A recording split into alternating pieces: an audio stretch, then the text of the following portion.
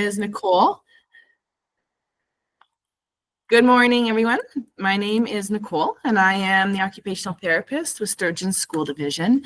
And today we're going to talk about one of the most common challenges, I would say, that parents bring up when they through our pre-K programming, and that's picky eating.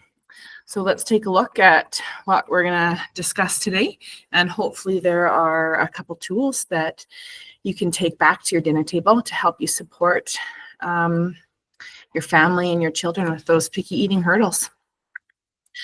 So first off, we're going to talk a little bit about what is normal sometimes, especially if it's your first child.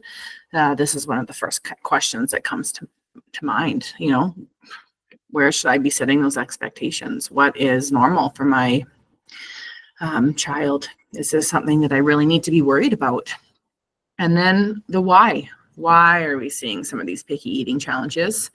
And then finally, we'll maybe give you a few ideas about what I can do.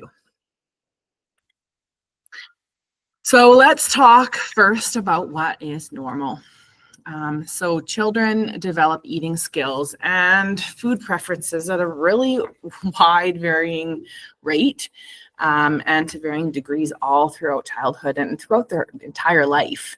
I'm still adding new foods to my food repertoire. So there really is no beginning or end. It starts right from when you're in the womb and you're tasting what mom had for breakfast, and then all the way right up until the last day we take our last bite. Many children go through picky eating phases around the age of 2 to 3. So this is very typical. For children with developmental delays, you might see that starts a little bit later, but it's very common. It's often such a shift that parents realize around this age when our kids go from eating pretty much anything we offer when they're 1 and they're just learning how to put things in their mouth and explore and chew. And then around 18 months or 2, they learn the word no. And they realize that they have a little bit of control in the choices they make. And there's power behind that for them. It's also an age where cognitively they might be starting to develop maybe even some irrational fears. And it might not even be just around food, but they could be digging through the dirt and playing with bugs, and all of a sudden they go, "Wow, there's an ant." And you're like, why are you afraid of ants all of a sudden? So it's this age where kids start to develop this rational set of fears. And oftentimes that can have an impact on what foods they are willing to explore. And they also might be starting to kind of develop a little bit of a bias around liking foods based on the appearance. So you might start to find things like packaging, coloring, or shape of a food have a more significant role than it used to. If it looks squishy, for instance, the appearance of that food is something that I don't really know if I feel comfortable with, or, I only eat the Cheerios from the yellow box. So you might just start to see some of these biases, perking their heads up around this age. But rest assured, usually around the age of 5, we see that kids start to be a little bit more willing and a little bit more flexible around their foods. And if we can get through that 3 to 5-year-old stage, there is often an improvement in sight that almost tends to happen just naturally. So how common is it? It's estimated that around 20% of your typically developing children will go through a picky eating phase. And honestly, I wouldn't be surprised if it's even more than that. It's so common. That being said, if your child does have any type of developmental delay of any kind, then picky eating is going to be far more prominent.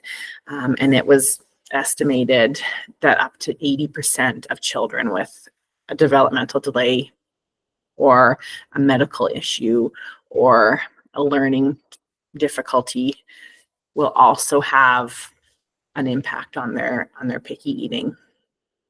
And this can also mean that the challenge to managing and transitioning out of those picky eating phases are a little bit more difficult with those complex backgrounds.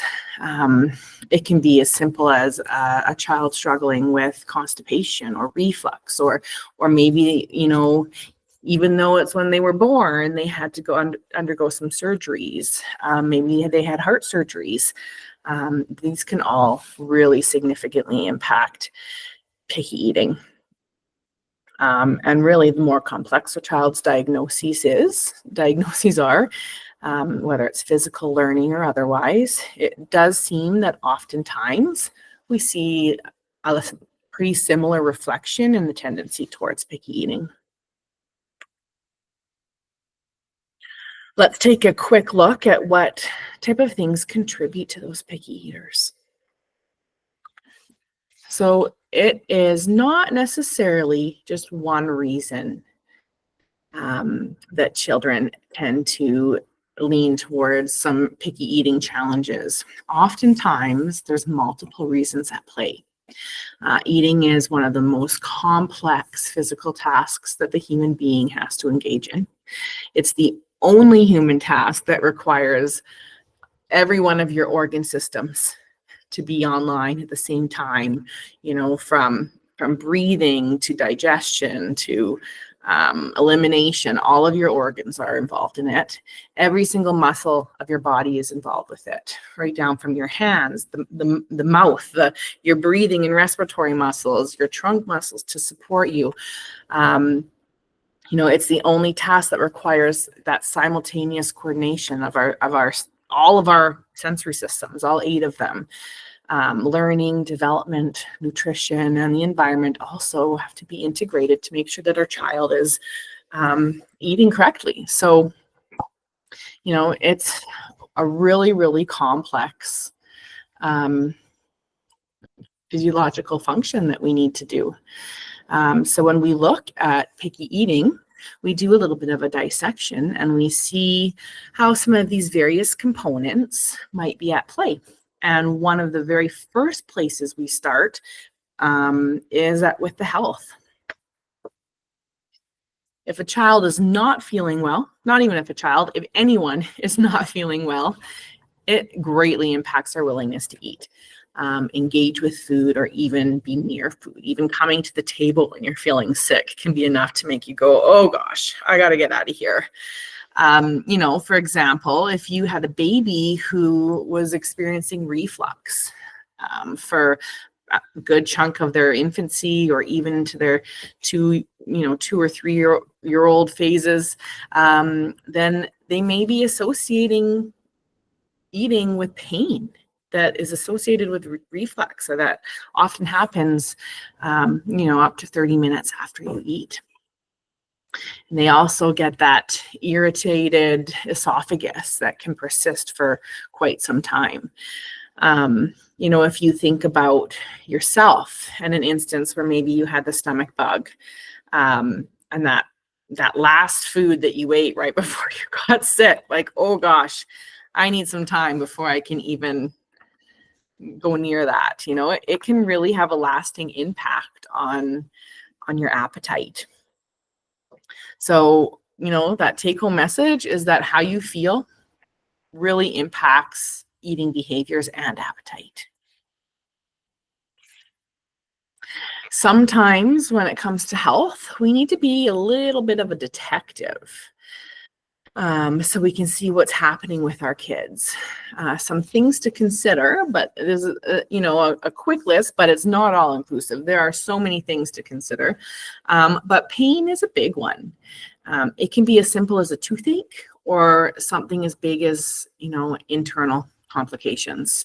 But if there are overall complications with health that are causing pain or discomfort during or around meals, it can lead to mealtime anxiety for both the parents and the child.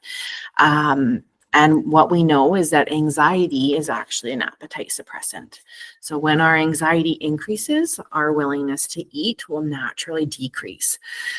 That pain increases the tension and that fluctuation in tone. And it can create this just general incoordination and irritability. So, as you become more irritable, it's not, you can kind of expect that you're going to see a decrease in that attention and willingness to come and focus on meal times. Some foods can cause pain or discomfort after the exposure, and children might start to eventually stay away from those foods or develop an anxiety around those foods. And it may not even always be something that comes immediately after you eat, which can make it difficult to figure out what is happening, what's leading to this. And that's, where your tricky detective glasses need to come out and you need to do a little bit of digging. Oftentimes, allergies or food sensitivities can be contributing to that irritability and that discomfort around foods, and they can take a really, really long time to figure out.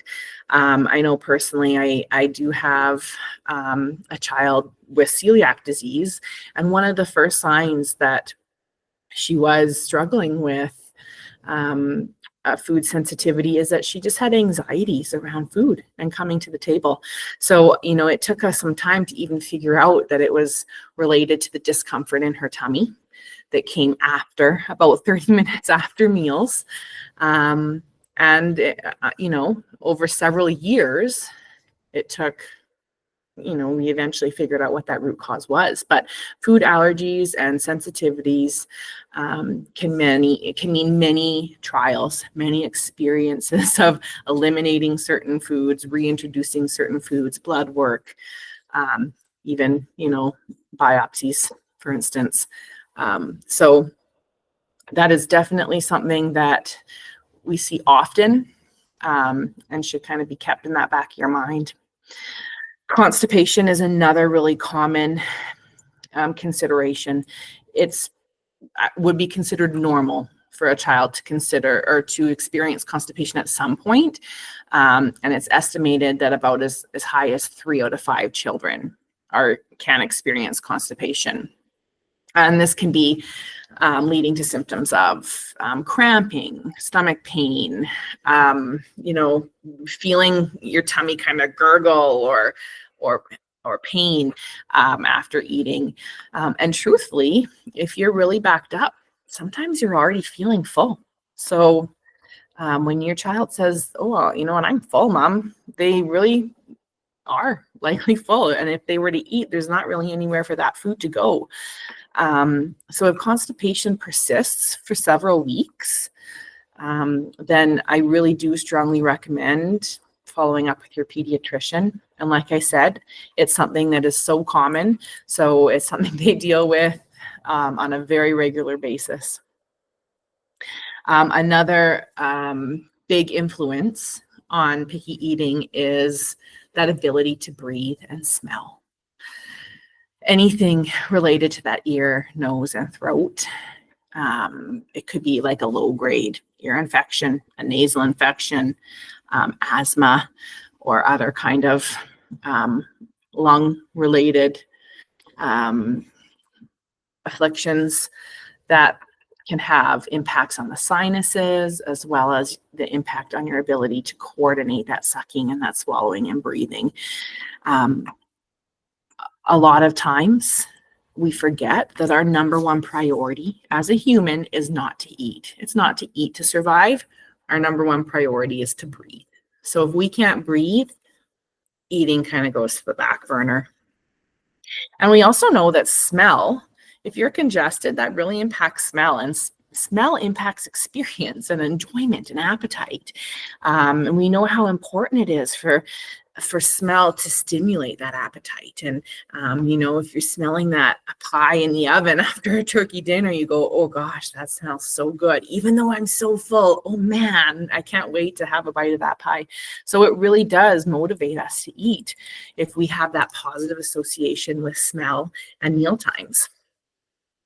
So disorders of that respiratory control center and system really interfere with the timing of our breathing and our swallowing.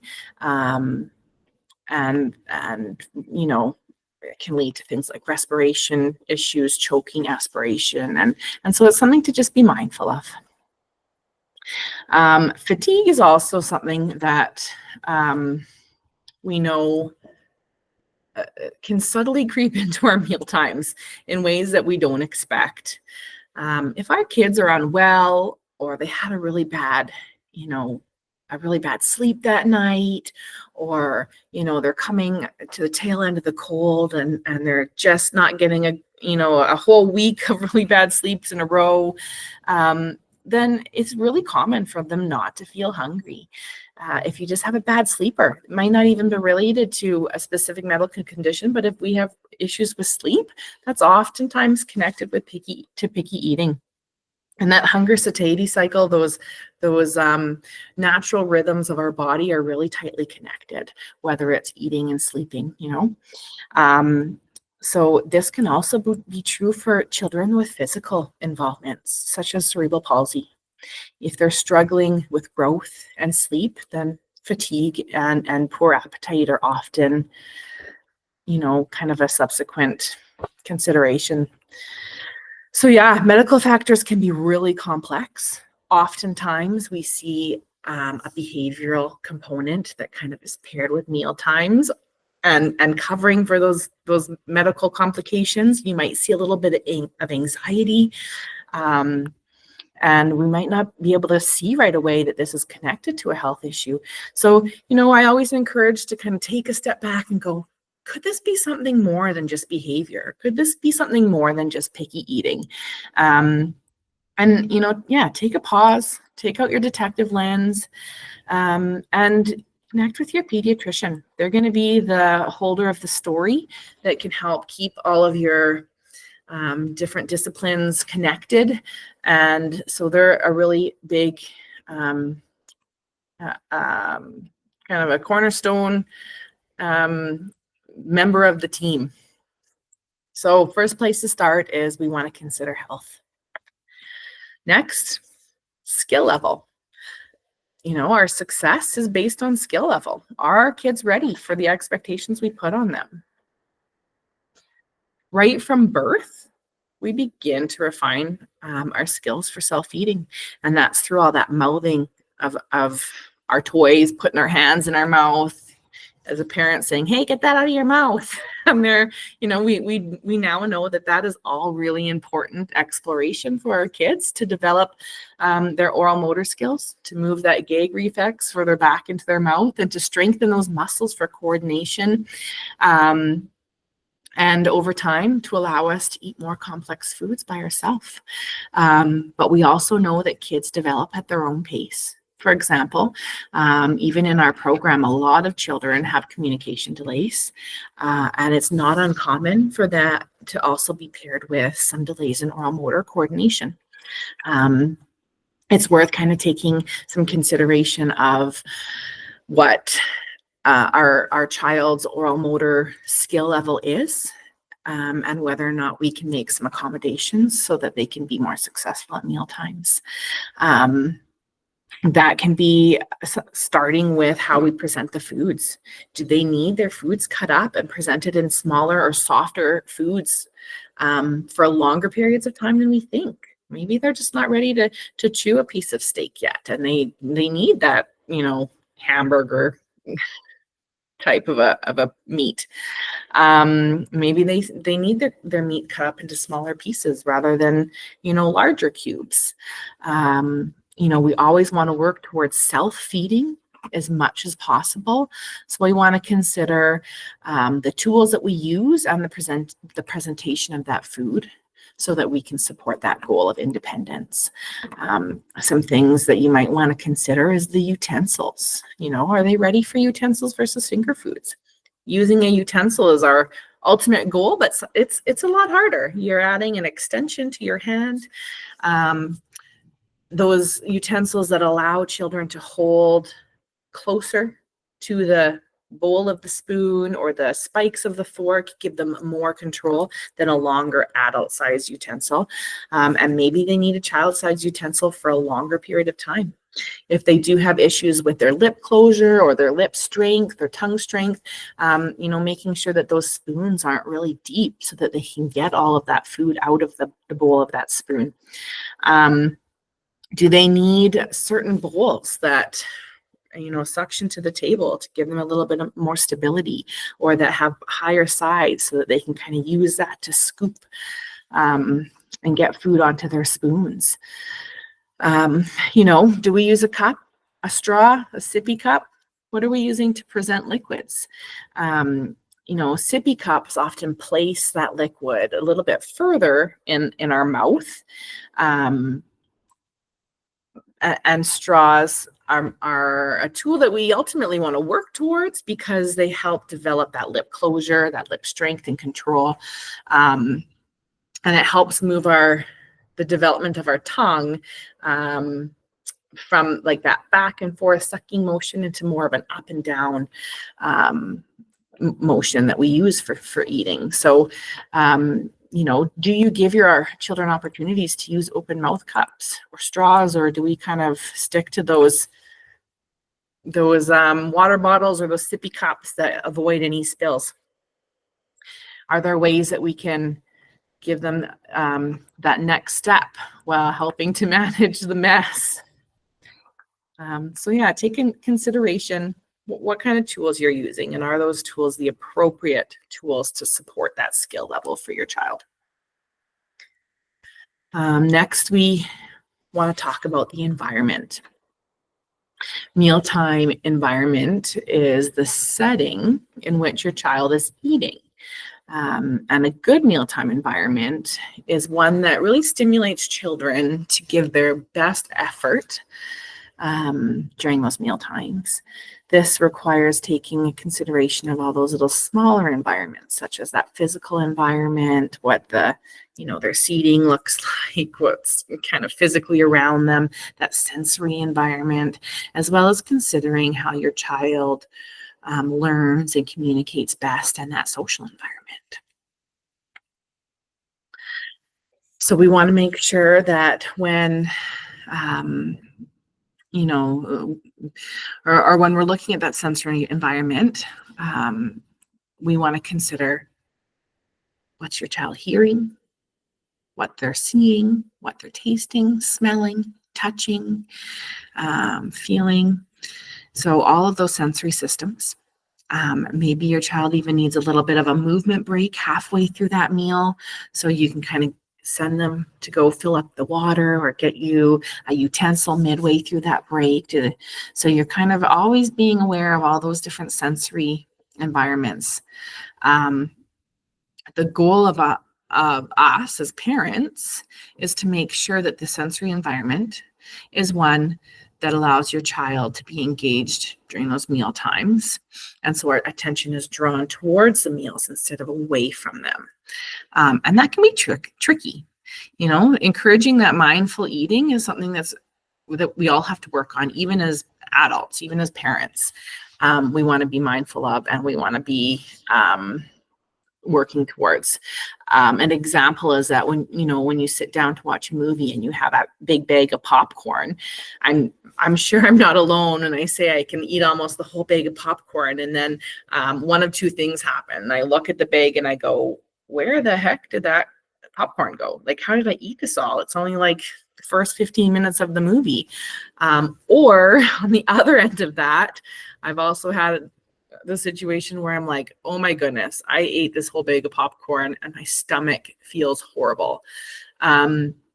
So mindful eating can lead to one or two things, and kids can eat mindlessly too. They can, we want to really help them to be mindful eaters and to learn to be mindful eaters and to keep them engaged in that process of mealtime experiences, so that we don't have to say, hey, come on, we don't keep eating, take another bite. Or on the other end, aren't you full yet? Yeah, either, with mindless eating, either we are totally unaware, like a passenger, we're unaware of the texture of the food we're eating, the smell of the food we're eating, the social dynamic that's happening around us, and it limiting that experience and that the exposures that they're actually engaged in, or they disregard that food altogether and they just zone out, focusing on, whatever distractions around them. It's really, really common now. One of the, I would say, most common things that we hear is about, families bringing that iPad to the TV or that phone to the TV as a tool to help keep that child at the table. And, we're all parents. We all do, but we need to survive. I've been there as well. But, if it's possible to find ways to kind of wean that dependency on that screen, whether it's like, okay, in 5 minutes, it's going to be mealtime, so I'm going to shut the volume off. And if you need to watch, the volume's going to be off and we can turn it back on after the meal. Or we can pause the show and you can watch it afterwards. So kind of helping them learn that during meal times, the expectations around screens is a little bit different. In general, regardless of if you need to have an iPad at the table or a TV on in the room, I really strongly recommend working towards keeping that iPad out of reach. It's an expectation that kids have. They have that phone in their hand, they have an iPad in their hand, and when it's expected that they can reach out and touch and interact with the screen, then they're already right off the bat competing with holding a spoon, touching their food, wiping their mouth, grabbing a drink. So you're intrinsically bringing this battle to the table right away. Even with a TV versus a screen, an iPad, TVs are often far away. They're a little bit disconnected, most emotionally and physically. Whereas when a child holds that screen, it's hard for anybody to get in between their face and the screen. So it just really limits that social experience as well. Another strategy, if you feel like you need to bring a toy to that table, so be it. Bring the toy, but then we'll slowly start to set some expectations. Do you want to set the toy here in this chair, or do you want to set it beside you? They're going to watch us while we're eating. So, it's finding that happy balance between reducing the amount of distractions that our child's battling with, while also trying to manage those big outbursts that the parent might have to battle with. And any of those shifts in expectations, especially if a child is, used to a specific expectation, they all take time to kind of shift and mold. So I really encourage you to take a minute and say, what small step can I take towards encouraging mindful eating? And how can we kind of shape that over time? Routines around meal times is one of those first recommendations I usually start with. They help to build predictability and organization, and that really helps to for our children and for ourselves to know what to expect, so we can prepare our bodies, we can prepare our minds for what's upcoming. Our bodies really need to know what to expect, and it helps to give that emotional stability even. It takes like, how long is it going to take? Am I going to be able to go back to this toy that I have afterwards? Is mom and dad going to be there? Do I have to sit in that really uncomfortable chair? Can I feed myself? What plate am I going to get? So all these little things that your child feels like maybe they need some predictability around, let's build that into the routine. Let's take those anxieties right off the docket, because we're dealing with them right from the base level when we establish those routines and structures around mealtime. Even as an adult, we know that something new is stressful. Oh gosh, a new boss is coming tomorrow. What is it going to be like? What are my expectations going to be? Are my roles going to change? If we had to do that every day, it would be gosh, I don't know if I'd show up for work every day. But, that predictability, knowing what to expect, it helps to reduce that anxiety. And so the more familiar and the more consistent we can be, the more advantageous that is for our families. And even if we don't like it, we can still learn through this routine that we'll be okay. I don't like waking up to an alarm every morning, but I learn to accept it. I learn how to prepare for it. I learn how to adapt to it. And so we go through that every day. And the same can be around meal times. Step 1, serve those meals at the table within a relatively consistent timeline in your daily routine. If your child does not eat breakfast and you're going, oh gosh, they're going to be hungry, I have to send them to school, what do I do? Be reassured that they're going to get a snack. And if you feel the need, you can offer that snack a half hour earlier. But we suggest kind of keeping a relatively familiar amount of predictability so that we can prepare our bodies. That helps to develop that hunger and full satiety cycle. And with many picky eaters, it's really common to go, you can eat whatever you want, whenever you want. I just want you to get the food in you. So you put out the snacks and you go, oh, you're hungry? Yeah, you can do it. Here, eat this. Or I'm going to put these, I'm going to leave your toast on the sandwich on the table so they can come and take a bite whenever they want. And they might have a bite here, another bite in 10 minutes, another bite in 15 minutes, and eventually it's gone. Research has actually shown that that experience of developing hunger and not eating for periods of time so that we can experience that hunger, that it actually helps to improve appetite and to make sure that we can recognize those body signals like, oh, this is what hunger feels like. This is what thirst feels like. Oh, I think my body's telling me I need to go to the bathroom.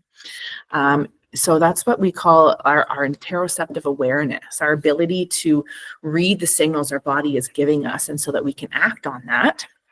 And it's really important for a lot of different reasons to develop that skill over time. It helps to ensure actually that we're taking in more nutritional value. Oftentimes, those grazers aren't grazing on carrot sticks. And so once again, it has been shown through research that often when we offer foods to graze on throughout the day, our nutritional value of the food that we're eating is often less than if we were to keep it to 3 meals and a couple snacks. And that'll help support the increase of volume over time. So yeah, outside of that trap, that parent trap, the big parent trap of, oh, you're not eating now, but you're hungry in 20 minutes. Yeah, heck yes. Let me get you anything you want. We want to encourage a cycle of eating rather than grazing, so that we can really work on developing those interoceptive awareness signals and and we can work on developing that hunger satiety cycle over time. It's okay to say, oh, you're hungry? That's awesome. I'm so glad you're hungry. Guess what?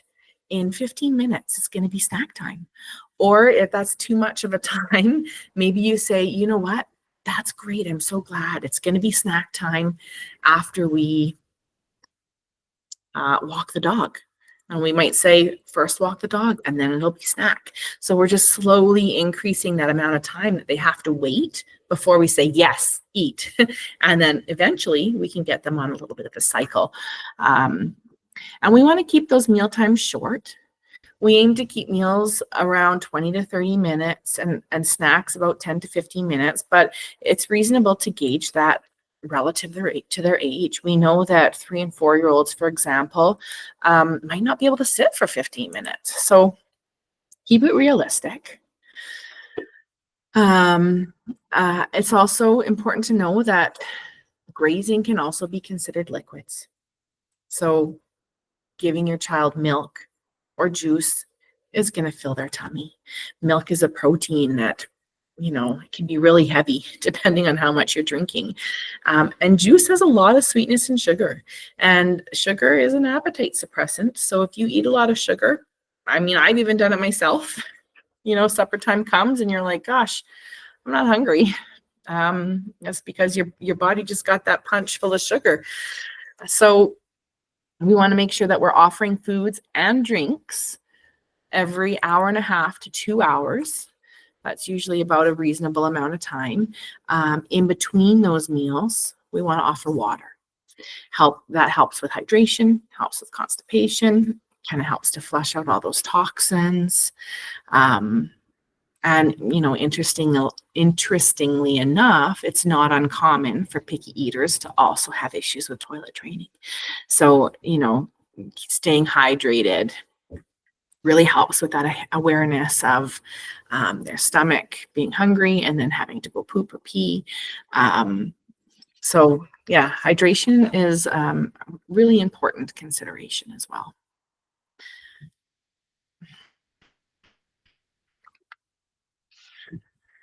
So let's get them to the table. So easy. So easy. First of all, is there a way that we can get them shifting their attention towards the kitchen? Get their muscles working, get their direction and their attention into the kitchen for mealtime prep and routines. Get them involved in meal times. Is there a way that we can kind of give them jobs like, it's going to be supper in 5 minutes. Come and help me set the table, or come and pick where you're going to sit. What cutlery are you going to use today? And that power of choice is huge for our 3 to 5 year olds. And that's half the battle, getting them to the kitchen. So, some other tricks that you might want to use in order to get them to the table is making sure you give them lots of advance notice. It's so important. It's just part of that routine. It's different than yelling up the stairs, "Hey guys, supper's almost ready." But, we want to make sure we get their attention. We want to make sure we lock eyes with them. Guess what? In 5 minutes, it's time for supper. What does that mean? That means at the next commercial, but we don't really have commercials anymore. At the end of this scene, it's time to come and help mom in the kitchen. Or maybe if they're playing Lego, you know what? Pick 10 more blocks. And after you're done 10 more blocks, it's going to be time to come and eat. And that means that, they have that time to kind of mentally prepare and shift and go, okay, what's next? Supper time. Visuals and timers can sometimes be a really powerful tool. Timers can sometimes be this magic entity outside of parents. A parent can say, come, and a kid can say, I'm not coming. No. But then the timer goes off and you go, oh, the timer says, and the number of times I've seen a kid go, oh, the timer's gone off. Gee, I better come. It's just this tool that's of its own. It's not associated necessarily with mom or dad. So sometimes that timer can just be, it can just be magic. So give it a try. First, then language. It keeps things really simple, and kids know what's happening. We want to put that more preferred task as the then. So sometimes for those picky eaters, we might be able to say, hey, first come to the table and then you get to go make a snowman outside. Or it might be first we come and eat and then we're going for a car ride. So thinking about something that it might be more motivating for them to kind of overcome this really challenging mealtime experience so that they can do it then and have something to look forward to. We want to remember praise, sincere praise, really sincere praise as much as possible. And you know what? If your child is grumpy and grumbly and they're stomping down the stairs because they don't want to come to the table, it could be as much as like, oh, I hear you coming and my heart is so happy when I get to see you at the kitchen table. It doesn't even have to be like, oh, way to go, way to come, because, they're purposely making that experience miserable. But make sure that we're really reinforcing what we want to see. Man, I love seeing you smile at the table. Oh, I'm so thankful that you grabbed my favorite spoon, or that I get to sit beside you, or man, you were so brave to pass me this food that is new. So find ways that you can kind of encourage and praise their interactions with mealtime experiences and new foods. And I've already mentioned that power of choice. Yeah. Make sure we're giving opportunities for movement. Let them get their jiggles and wiggles out, especially if they're coming from a screen. If we're moving from a screen and their sensory receptors in their brain are going woo woo woo woo, there's so much excitement, I've got to get the wiggles out of my body. Sometimes you need to kind of downshift them, and so that they can come to the table and be ready to eat. So it can be as simple as having them jump down the stairs or do a bear walk to wash their hands, pushing, making sure they push all the chairs into the table, lifting the stack of dishes to the table. Any kind of movement that you can strategically put into that transition to mealtime, to washing their hands and to mealtime, can help to prepare their bodies so that they can come and just sit for a few minutes at the table. Anticipate the sillies and build that movement right into the routine. You might, need to give an extra 5 minutes to come off a TV or a screen and do a wiggle dance if they've got extra sillies going on. And then also remembering that what goes up has to come down. So do a wiggle dance followed by a animal walk to the table. Or maybe it's about, coming in from outside and, they're need an opportunity to kind of take 3 deep breaths. And then we're going to eat as a family. Kids learn a lot about breathing at school. I think all of the teachers in our division have done a really amazing job at teaching kids how to do some of that deep breathing and to incorporate it into routines at school. And so they may even be able to tell you a little bit about deep breathing or show you their favorite way to do deep breathing. Mom, this is what I do. I can smell the flour. Or watch how I do bubble breaths and pretend to blow bubbles. So they might even be able to show you different ways to do deep breathing. And this is, a really important tool to help engage their attention in the here and now, and to manage both your own and your child's anxiety right before meal times. And as I mentioned, movement can even be something incorporated into the middle of your meal times too. Oh, you're getting silly. You think that in your brain. Don't say it out loud. Oh, I can see my child's getting a little bit of wiggly. Okay, hey, you know what? I forgot to grab that other plate over there for my scrap food. Can you please go grab that plate? And, give them that opportunity to move in a very close-ended and structured, with that close-ended and structured task.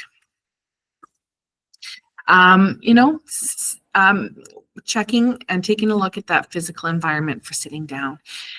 Set kids up for success by making sure their posture is supported, especially for our kids that struggle with motor coordination or any postural stability. We want to make sure that they have, their feet stable. Take a look, even in this picture here, this parent has put a little chair under the table so that the little boy's feet are really stable. Even consider for yourself as a parent with, full control over your body. If you go and sit in a bar stool, the first thing you do is you feel with your feet. Where are my feet? And just intrinsically, we really crave that stability. So it's really not any different. Even if our child is in a high chair, oftentimes it feels so much better to have your feet supported. So take a peek and see, is there a way that you can keep their feet supported? If needed, make sure their backs are supported so that they're not working on stabilizing their trunk, and they can work on bringing that food to their mouth. They can work on coordinating that sucking and swallowing of the food. Yeah.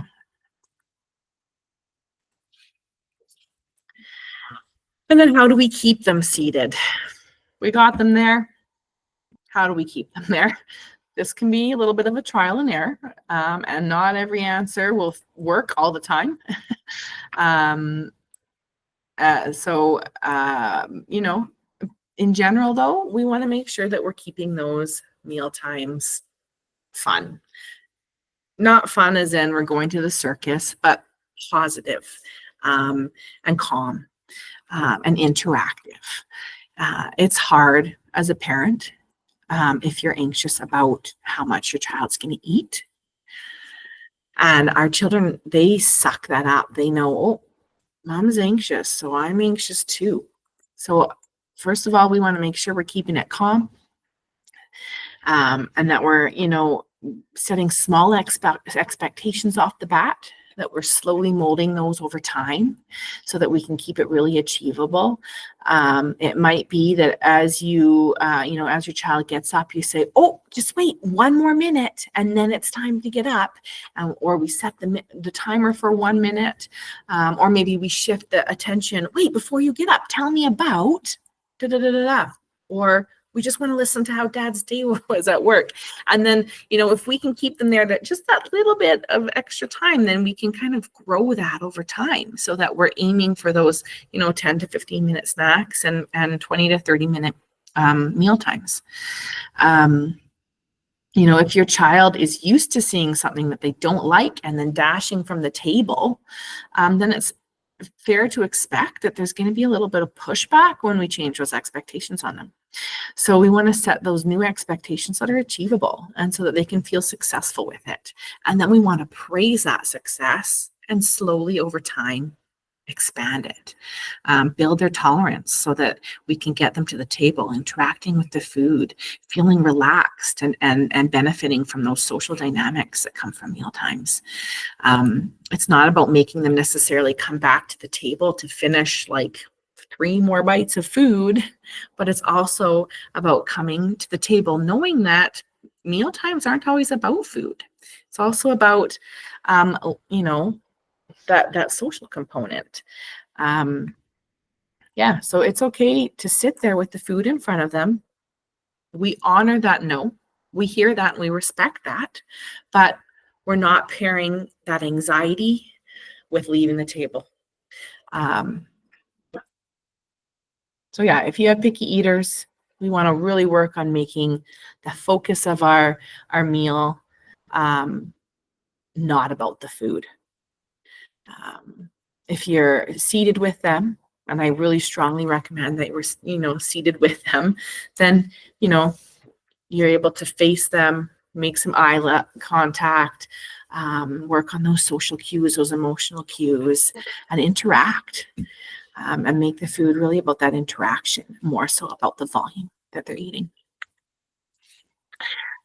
Next, we take a peek at that sensory issues that can play a big role when we talk about meals. So we'll just talk about that really quickly. Think about your own sensory preferences. We might not like certain textures, certain smells, certain appearances. And so we want to think about the fact that even our children are going to have those same strong preferences. Sensory issues are definitely a part of the equation for all of us. There's that food that we just can't tolerate that'll make us gag, and that's so true for our kids too. And a part of expanding their repertoire of what they are willing to eat is still respecting that there's going to be foods that they will likely never eat, even if it's your favorite food. So it's that balance between willing to, developing that willingness to explore food, but also respecting that there's a food that they just may never eat. We know that they'll say that all foods are yucky. And so we kind of slowly have to work our way up through expanding that window of tolerance. One way we can do that is to help prepare our kids for what they might experience when they're interacting with new or non-preferred foods. And that's by giving them words other than yucky or yummy. Where kids pick up that yucky or yummy, it's so early. I'm sure as a baby, we're going, oh, is this yummy, yummy, yummy? And before they even have words, and before you know it, your kid is talking and they're like, no, mom, that's not yummy. Nope. I don't ever remember telling my kids this is yucky, but sure enough, they've learned it somewhere. So yeah, we want to work on describing the foods. It's crunchy. Ooh, this is really salty. Oh, when I bite this, it really squishes in my mouth. Or I can take a little bit of a bite of this grape. And I don't feel that gush, but if I take a big bite, whoa, it gushes in my mouth.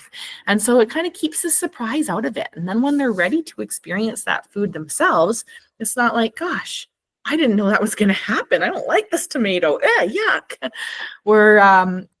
We're helping them to describe foods with those physical properties. Is it wet? Is it cold? It's yellow. It's crunchy. What shape is it? Help them look at that food through that lens of curiosity, so that they can think about this as an opportunity to explore something new rather than just a food to eat. And when kids say, I don't like that, we might say, oh, you don't like it yet? Because even as an adult, I had mentioned, I'm still adding foods to my repertoire. And over time, we do. You might not like it now, but with enough exposures, you might go, oh, this is actually one of my favorites. So that's one thing. Instead of saying it's yucky, we might encourage a child to say, oh, you don't like it yet, but let's learn about it anyways. So giving them, also, it helps them to identify what they don't like about foods. So instead of saying, oh, that's yucky, yuck, I don't like this, we're saying, what don't you like about it in general? Oh, do you not like salty foods? And that helps to give us as a parent some information about how we can kind of prepare to meet our child's strong preferences. Away from the table, we want to give our kids opportunities to explore. Not to play with the foods at meal times necessarily, but during food prep, snack time, playtime. Wearing your food is a part of normal developmental process of learning to eat. And if our children are learning to develop their eating skills a little bit longer or a little bit later than we would expect, then we need to be acceptable of the fact that wearing your food might be something that we see for a little bit longer. And you can model that. You can learn a great deal about food before it ever goes into your child's mouth, just by touching them, playing with them. We would consider it playing with a purpose. They would teach the child about the physics of the food before the food ever goes into their mouth. Being messy is an important part of learning to eat. A typically developing person would take about 15 exposures before they're willing to actually put a new food in their mouth, chew it, and swallow it. And then those with any type of picky eating or learning disability, that is multiplied tenfold. So lots of food exposures are expected even before they're willing to, or before we can expect them to eat that food and swallow it. This is just a really quick visual that helps to show you all the steps that actually lead up to being willing to eat a food. So sometimes when we say to our kids, just try a bite, we forget and we maybe belittle all of those little steps that kids have to process before they're willing to eat a food. And we realize that food, that eating is actually a really intense step. It's way at the top of that mountain. So we need to celebrate all those little steps beforehand. Oh my goodness, you passed the food to me. Or, whoa, you were willing to stab that food with a fork. Oh gosh, does this sound like a food you ate before? I'm so proud of the way you smelled that food. You're so curious. So just really celebrating the whole escalation as they move through that food tracker. Culture is also something that we all live and grow up with. Expectations can vary between cultures, but ultimately, it's well accepted that every parent's goal is just that their child is going to eat the food. It's built right into our DNA.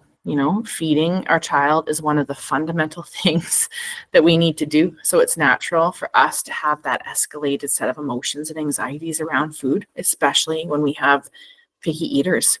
But part of that expectation is built on our culture.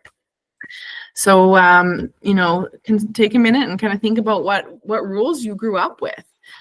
Those rules and expectations that we grew up with often will kind of trickle into the way we deal with our own child's picky eating and mealtime experiences. Did your parents teach you not to talk with your mouth full? Did they say, oh, don't play with your food, or if they're hungry enough, they'll eat? And what we know is that might be true for most children, but there are some children that will not eat even if they're hungry, or that do not have a great interpretation of the way their internal sensations are signaling hunger or full. So common phrases parents use and expectations that we may have learned growing up are often bias the way we interact and teach feeding to our children. So it's important to kind of reflect on your own experience as a child. Here's just a quick comic. Do I have to eat this slimy asparagus? And a parent goes, yes. Well, first of all, actually, no, they don't. We cannot force a child to eat. So when we consider culture, and I think that can trickle into what expectations we have as a parent of our child in eating. Ellen Satter is a dietitian who has spent her life working on kind of, improving and analyzing that nutrition of those picky eaters and working on incorporating picky eating strategies. And she has actually helped to break down some of those parent roles and child roles. So one of the first, as a parent, our role is to select the food, time the routine, present that food in a tolerable and manageable way, help our child to attend by demonstrating interactions and minimizing distractions, making the environment as enjoyable and possible as we can, giving your child that power to make choice and help them participate. You might say, what should we cook today? Can you put it on the table? Making that experience really pleasant and predictable. But the role of the child is to decide whether or not they eat. It can be really tricky as a parent of a picky eater, but really we can't force the child to eat. They have this power. And one of our, tricks in our bag is that we know that we can offer them food later on, because we know through research that force feeding can actually lead to other health issues down the road. So we want to give that power and we want to give that control to our children to make that decision. And if we aren't respecting that internal signals of developing that hunger and satiety, then we can kind of expect down the road there might be other issues. It might be something as simple as overeating, or they might be seeking control in other ways. It might lead to other emotional difficulties as they get older. So it's really, we need to be really mindful about force feeding. That can bring a lot of anxiety to a table for a child. If they know they're coming to the table and a caregiver is going to start shoving food in their face, even if they don't want it, then of course coming to the table is going to go, they don't want to do it. I don't want to do it. And we'll see this whole subsequent, layers of behaviors and challenges and picky eating kind of growing over time. So how do we introduce new foods alongside familiar and preferred foods? If we have picky eaters, one way that we can kind of bring a little bit of peace to ourselves is that we want to make sure that we're offering 2 foods we know they'll eat, or if they're really picky, maybe it's only 1 food we know they're going to eat alongside a new food. So even if I cook this whole meal and I don't expect my child to eat, and I'm worried about how much nutritional content they're going to be eating during this meal, I can be rest assured that they'll have that 1 food that I know they'll eat no matter what. So, an example that we had in the past was a child that would only eat waffles, and that as a parent, you would feel bad about sending waffles at home at every meal, sending them to school for every meal. I'm sure, they would have experienced a ton of judgments behind that. But as a parent, you just want to send something that your child's going to eat. So let's do it. Let's make sure that there's a waffle at every meal. It doesn't have to be unlimited waffles. You can maybe give them half of a waffle and one of these new foods on your plate. So that's something that your child's going to feel good about. They're going to go, okay, you know what? I might not like everything at the table, but I know I'm going to have this one thing that I will eat. And that calms their anxiety. And it also calms your anxiety. It avoids you having to make a second meal as well, right? Oh gosh, they didn't eat anything. Now I got to go cook something else. So it gives you one less hurdle to overcome. I just really quickly wanted to remind everyone that there are 4 food groups. The food groups that tend to be involved in the picky eating or groups that are avoided are often vegetables and meats, outside of chicken nuggets or hot dogs. And those are often more foods to chew and swallow. Some ways that you can get other food groups in might be by adding sauces, using dips, maybe removing the skins off of those fruits and veggies, making sure that they're cooked and prepared so they're a little bit softer, or cut into different shapes so that they're easier to bite off. So take some time to explore those different vegetables and fruits and everything from all those different food groups and take a consideration of where does your child tend to fall on this, in the spectrum of picky eating. This is by no means what I would ever encourage a child to eat, but just our Canada Food Guide, just as a reminder, this is something that even as adults we can aspire to and that we can work on modeling to our kids that those fruits and vegetables are really important, and that carbs, something that everybody loves, is something that we, that should only be about a third of or a quarter of our meal. Like I said, even as a parent, even as an adult, this is something I strive to achieve. So don't feel bad if that's not you. So how much is a serving? We want to offer a child, so in this plate, this picture, this is maybe something that you might offer to somebody that's about 18 months as an initial serving, knowing that you can offer more later on. In general, a rule of thumb is to offer about 1 tablespoon per year of age. And that's a good start. So, a 3-year-old, you might give them 3 tablespoons of peas, and 3 tablespoons of meat and 3 tablespoons of rice. And that adds up quickly. Kids can eat with their eyes. And so if they come to a plate that looks like this, they'd go, whoa, this is overwhelming. But if they come and they only have 3 little piles on their plate, they're like, yeah, that's achievable. This is it. This is all I have to do. And you're like, yeah, let's come. Let's see what these 3 different foods are. So yeah, keep that in mind. Underwhelming is better than overwhelming in that beginning when we're trying to get them to the table. We want to present them a food from each food group. If we can, 2 preferred foods during the meal, if not even 1.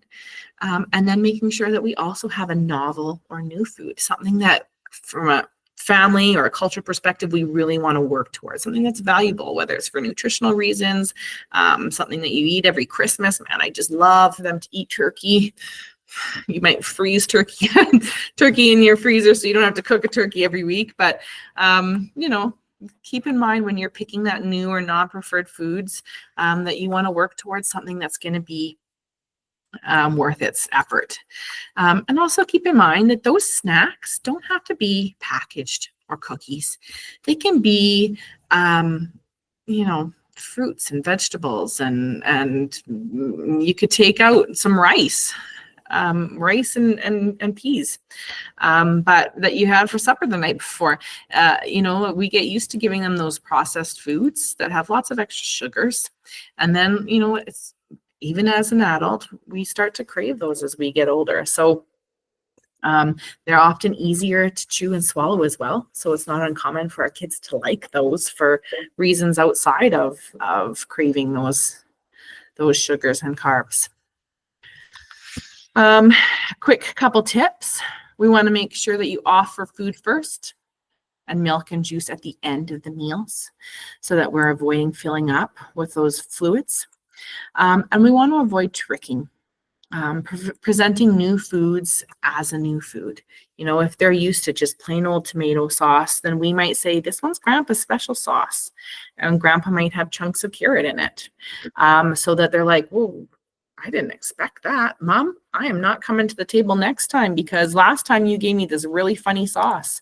But, we want to avoid saying things like, oh, you always eat this or you'll like it, because that can make it really hard for our children to trust us, and they can be hesitant to try new things if they don't trust us. We want to minimize that doubt. And we don't need to provide a whole recipe list when we're making a new food or a new recipe. But we also just want to be aware of what we're saying.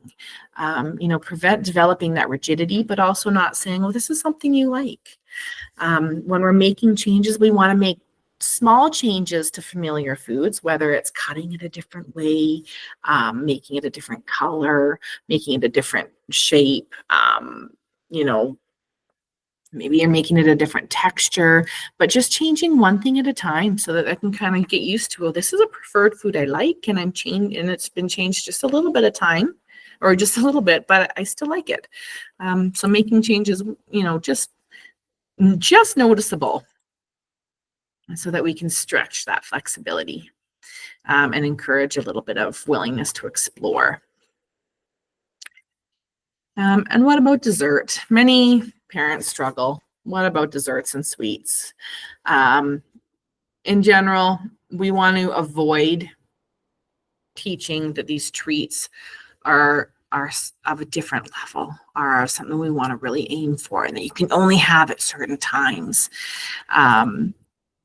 You can incorporate those small treats during meal times. Even things like, especially fruits. Fruits can be part of your meal. They have the same nutritional value as vegetables, and so don't hesitate to make that as part of your meal. It's about encouraging that curiosity and that willingness to explore, and not necessarily that this food is better or only available at certain times, so that you need to eat it really quickly because we only have cake after meals on birthdays. Quick, eat it all. There's value in all of the foods that we eat. And if we can develop that curiosity to explore foods, regardless of whether it would be considered a dessert food or, your meal food, those are all important opportunities for food exploration. I won't spend a ton of time on this slide, but I guess those family style meals, presenting the food in the middle of the table helps to teach children that we can move food to and from one another, passing them the social dynamics of food, and that food can kind of move throughout the table, and we don't need to leave the table to get away from it. Instead, we can say, hey, can you put this over there? So we're kind of working on that social dynamic, and giving opportunities to model interacting with your food, smelling your food, cutting your food, you know, all the social dynamics that come along with that and the interactions of food that come along with that. Oftentimes, as a parent of a child with a picky eater, as we've already mentioned, your anxieties are really heightened during those meal times. And that's true for our kids as well. So as a parent, it can be really, really easy to get trapped in that cycle of panic and worry when you're trying to make sure that you're just getting food into your kiddo. What are they going to eat tonight? When are they going to be up? Are they hungry? Do they have enough options on their plate? Is there going to be, an emotional meltdown around mealtime? We always have screaming at meal times. It's so emotionally exhausting. So, you already come to that table with invested emotions, and your kids just soak that up like a sponge. They pick up all those subtle cues of anxiety and they come to the table stressed. And once you start feeling that, that stress, it pushes our bodies into that sense of flight or fight and that survival mode. And that means that our bodies shut off any unnecessary functions. And guess what? Hunger is one of those functions. If you're stressed, the last thing your body's going to do is wanting to focus on eating. So when our kids aren't that hungry, we truly, or when they're coming to the table stressed, they truly might say, yeah, I'm not hungry. I don't want to eat this. I've got butterflies in my tummy. And it's one of the most difficult things to deal with as a parent, to feel your anxieties and to go, well, I'm bringing this to the table. I need to take a deep breath. I can't force feed my kid. We're just going to make this a positive experience. I'm going to focus on the good, and take those deep breaths to kind of get through that anxiety. And then half an hour later, when your kid says, hey, Mom, I'm hungry, you can go, okay, you know what? 10 more minutes and the snack will be ready. So, we just want to make sure that we take a big reflection of ourselves, take a deep breath, make sure we're offering a preferred foods so they're going to eat at least something, and then maybe using that timer, making sure that we're only staying for a small amount of time and then building that expectation over time. We never want to bribe or coerce or force feed our children at any time, although it's tempting. But we just want to make sure that we're keeping that adrenaline down, keeping that stress down so that we can keep that appetite up.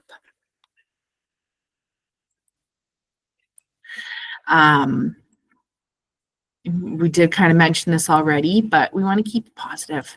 Laughter, for instance, and positive socialization, it is so important at bringing those happy hormones into your meal and kicking that adrenaline and cortisol to the wayside. It helps us relax. It helps us to make a more positive experience.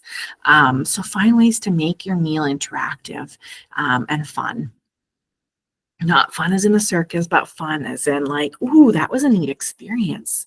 I wonder what we could do with this food. Or, talking about a good memory you had from the day, a good reflection.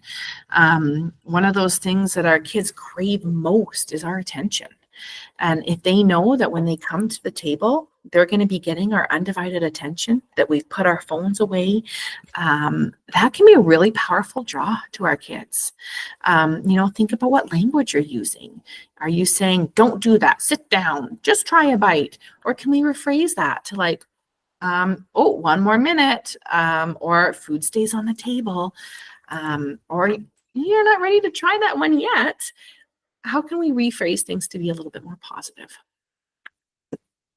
Just a quick couple more tips. We want to make sure we're naming the behavior that we want to see the most, not the behavior that we do see the most. State things in that positive format. Giving our children the power.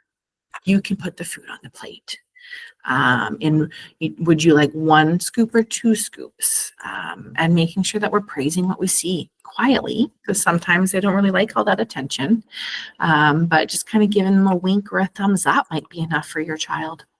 And I also want to just mention that if we teach our children that they can use either a napkin to kind of subtly put food in their mouth and away if they don't like it, or to take the food off their plate and put it in a no thank you napkin or on a no thank you plate, that gives them the power that they can know, oh, if I don't like this food, I can take it off my plate and move it away from me, so I don't need to move away from my food.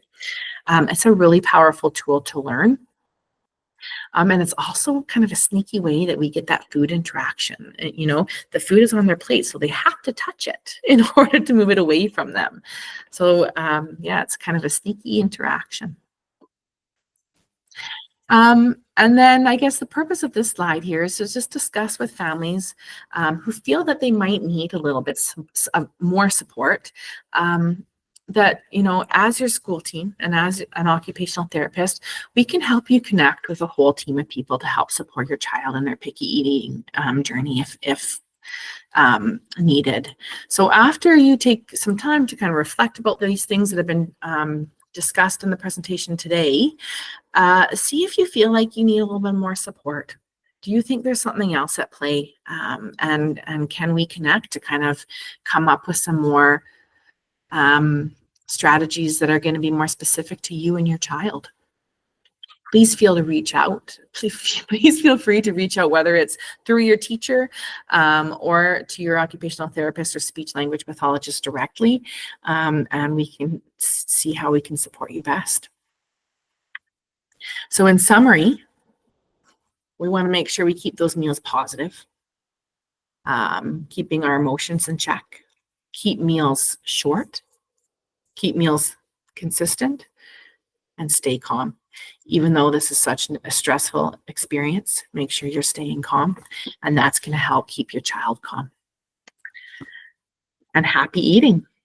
Thank you so much for joining me to learn a little bit more about your child and their picky eating journeys. And like I said, feel free to connect with me if you think that you need a little bit more discussion or depth into your picky eating struggles at home. I look forward to hearing from you.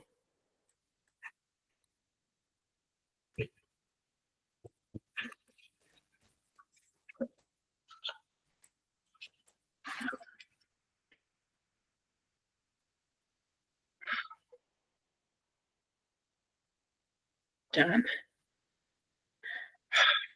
Every week I have tech issues, period. I don't know if it's my computer or my ID, but I cannot get started ever. ...